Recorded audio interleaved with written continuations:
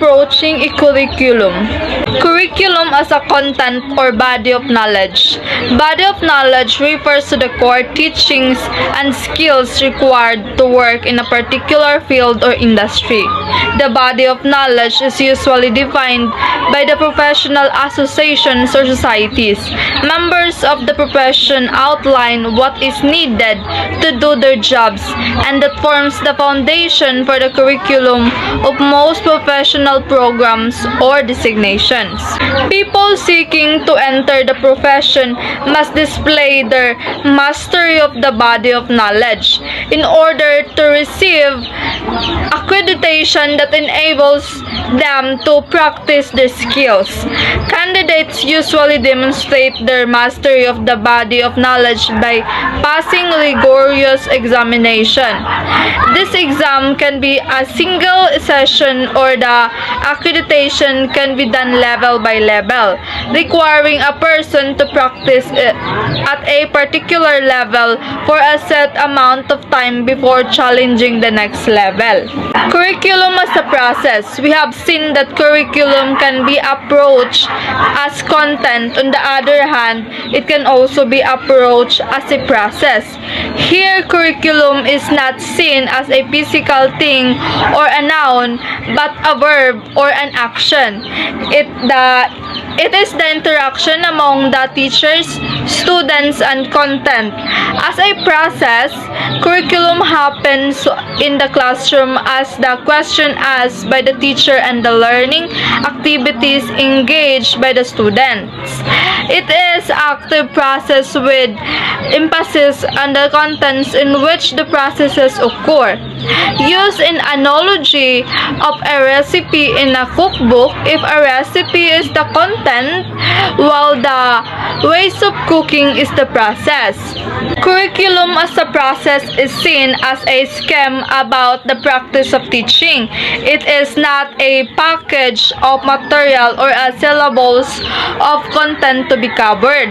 The classroom is only part of the learning environment where the teacher places action using the content to achieve an outcome. Hence, the process of teaching and learning becomes the central concern of teacher to emphasize critical thinking and hands-on learning and many others. Curriculum as a product. Besides viewing curriculum as content that is to be transmitted or processed that gives action using the content, it has also been viewed as a product. In other words, product is what the student desire to achieve as learning outcomes.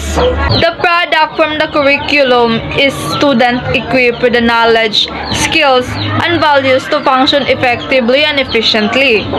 The real purpose of education is to bring about significant changes in the student's pattern of behavior. It is important that any statement of objectives or intended learning outcomes of the school should be a statement of changes to take place in the students.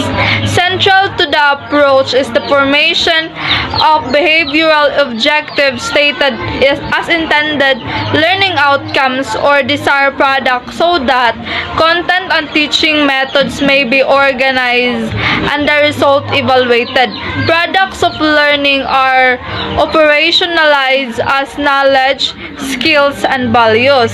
Curriculum product is expected to the form of outcomes which are referred to as the achieved learning outcomes. There may be several desired learning outcomes, but if the process is not successful, then no learning outcome will be achieved. These learned or achieved learning outcomes are demonstrated by the person who has meaningful experiences in the curriculum. All of these are results of planning, content, and process in the curriculum. How curriculum as content clarify the definition of curriculum. Curriculum content simply means the totality of what is to be taught in a school system. The content component of teaching learning situation refers to the important facts, principles, and concepts to be taught. How curriculum as a process clarify the definition of curriculum. Curriculum as a process.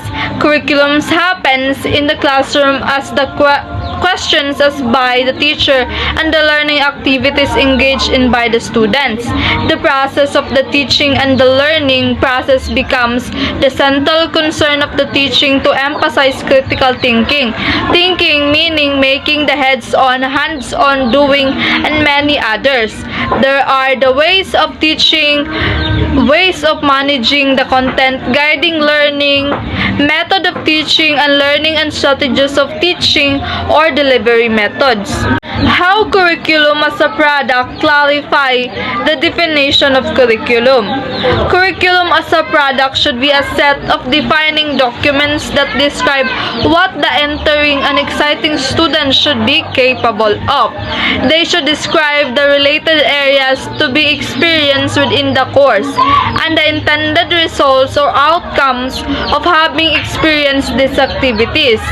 This product should also include the parameters of structure such as time on task, in study, and doing research, books, materials, available services, etc. How would I prepare myself to become a teacher using 3 approaches to curriculum?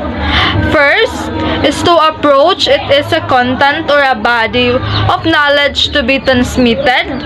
Second is to approach as a product of the learning outcomes desired for learners. Third is to approach it as a process of what actually happens in the classroom when the curriculum is practiced.